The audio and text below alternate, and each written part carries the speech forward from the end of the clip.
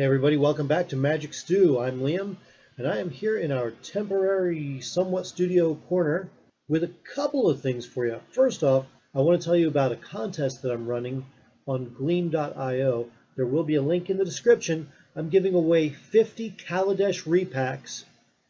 We do have some really awesome cards going in those repacks. Two of the repacks are going to be entirely in Japanese, so if you like foreign language cards, there's a chance to get a few of them.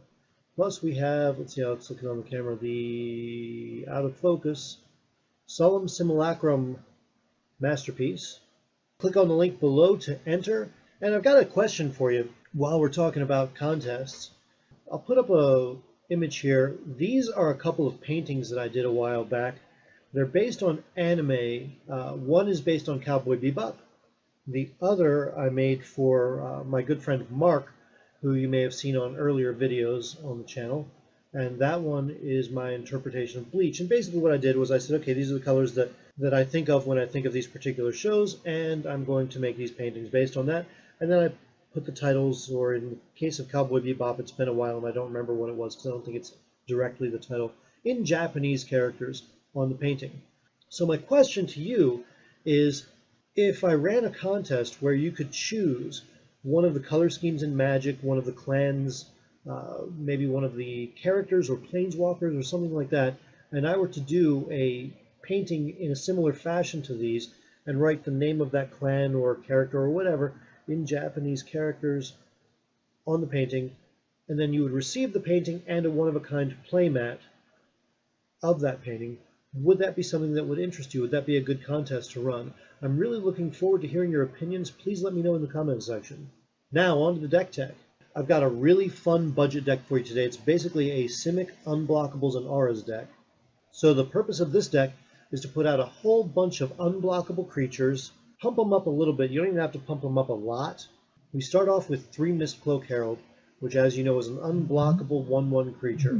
Next up we have 3 Siren Stormtamers, which are flying, so you've still got some evasion there, but the cool thing about them is that you can spend a blue and sacrifice it and counter a target spell or ability that's targeting you or a creature that you control. There are 3 Slither Blades. Not a lot of people play this card. It's a 1 power, 2 toughness creature that is also unblockable like the Mist-Cloaked Herald. And then we are filling up the rest of the 1-drop slot with spells. Curious Obsession seemed like a really good pick here. I have 4 of those that gives your creatures +1/+1 and allows you to draw a card whenever that creature deals combat damage to a player. Just so that we can have a little bit of extra card draw, I've also added 2 Sixth Sense, which does the exact same thing but costs 1 green. It doesn't give you a +1/+1, but you do get to draw a card, which is extremely useful. And then we have 4 Blossoming Defense, which obviously, as you all know, costs 1 green, gives your creature +2/+2, and gives it hexproof. Now, on to the 2-drop slot. We have 4 River Sneaks, which is a 1 blue and 1 colorless 1/1 creature.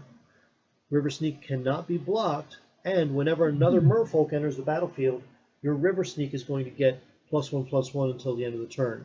3 Giltgrove Stalkers, which is a 2/1 creature that can't be blocked by creatures with power 2 or less. Now, I'm finding that there are a lot of decks out there that are being played with a lot of low power creatures.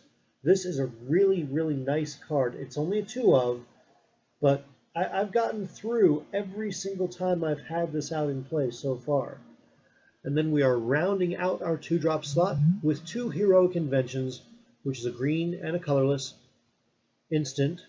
Permanents you control gain hexproof and indestructible until the end of the turn. For our 3s, we have 6 creatures total, 3 of each.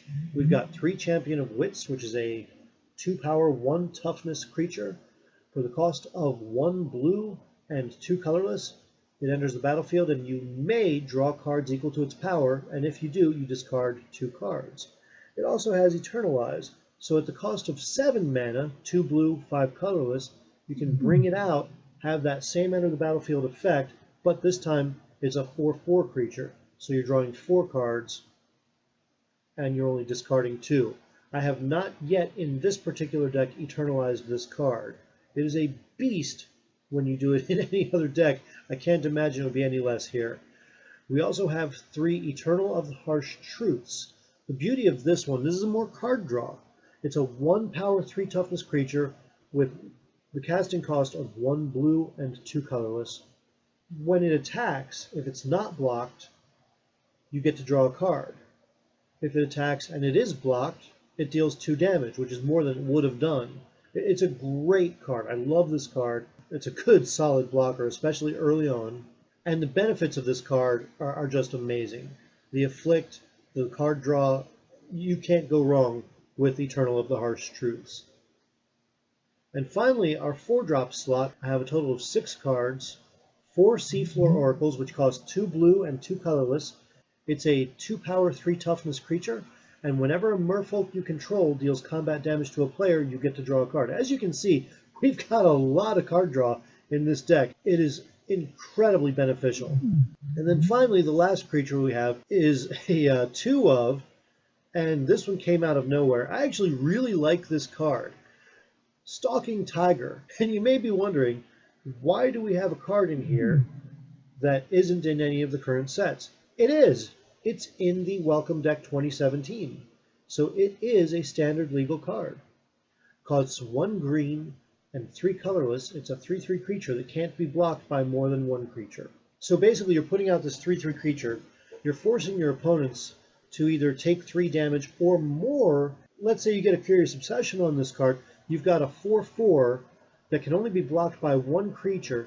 Typically, they're not going to have blockers that can handle that. They're going to either lose a creature or they're going to let it through, and you're going to draw a card if you've got that enchantment on it. Either way, even if you don't have the enchantment on it, I've always been swinging with this card when I put it out. While my creatures with the card draw are getting through, or that are triggering card draw, they're getting through, the Stalking Tiger is basically playing 4-legged removal. Let's check out the lands. I threw in 2 Field of Ruin to get rid of those pesky enchantments that turn into lands, and 4 Botanical Sanctums. We've got 2 Hashep Oasis. Hashep Oasis is phenomenal when you're giving +3/+3 to an unblockable creature. Let that sink in for a minute. You're giving +3/+3 to an unblockable creature. This has won games for me. This card right here has won games. I've got 2 of them in the deck. That's really all we need. And then we're filling the rest up with 6 forests and 7 islands for a total of 21 lands. Let's move on to the sideboard. 4 Silent Gravestones. I put the Silent Gravestones in here to shut down the abilities of Godpharaoh's Gift, Torrential Gearhulk, and the Scarab God. Now, when it comes to Torrential Gearhulk and the Scarab God, you still got big creatures out once they resolve, but with a Silent Gravestone in play, they can't do any of their graveyard abilities. It's beautiful. I have seen decks completely shut down by Silent Gravestone, and it is a beautiful thing. There are 4 of these in here because if I come across those decks, I want to try to have this on my initial draw and drop it turn 1 so that they don't have any chance of countering it. They don't have any chance of getting rid of it unless they have artifact removal. We've also got 2 copies of Spell Pierce for those moments in time when you want to pierce a spell. 3 negates countering our opponent's non-creature spells. We have 3 Thrashing Brontodons for when you need bigger blockers, or for when you need to get rid of their enchantments, or you need to get rid of their artifacts. Finally, rounding out the sideboard, we have 3 Deathgorge Scavengers. It is a 3/2 creature. When it enters the battlefield or attacks, you can exile a card from any graveyard, and if it's a creature card, you gain 2 life. If it's a non-creature card that you're exiling this way, then the Deathgorge Scavenger gets a +1/+1 counter.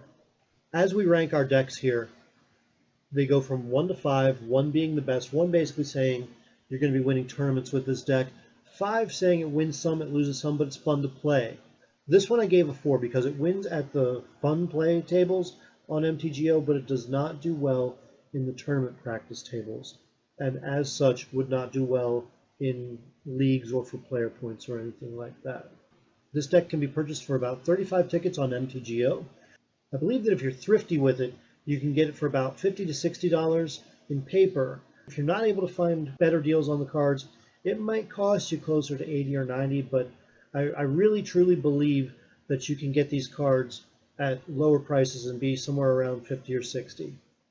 So that's the deck I've got for you today. I hope you enjoy it. Give it a shot and let me know how you do with it. I think it's a really fun kitchen table deck. I'm not too certain that I would want to take it to FNM or Standard Showdown. However, I think it's a great deck for casual games. Hey, throw us a like for some of that blue-green love. Hey, we got St. Patrick's Day coming right up. Is that like tomorrow or something, or sometime this weekend? I don't know. I never keep track of it. Don't know any Irish people. And don't forget to enter the contest. I'd really love to see you win some of those Kaladesh repacks. I did do a video about it. I'll put that in the description as well. And again, this is Liam. Thanks for watching. See you soon.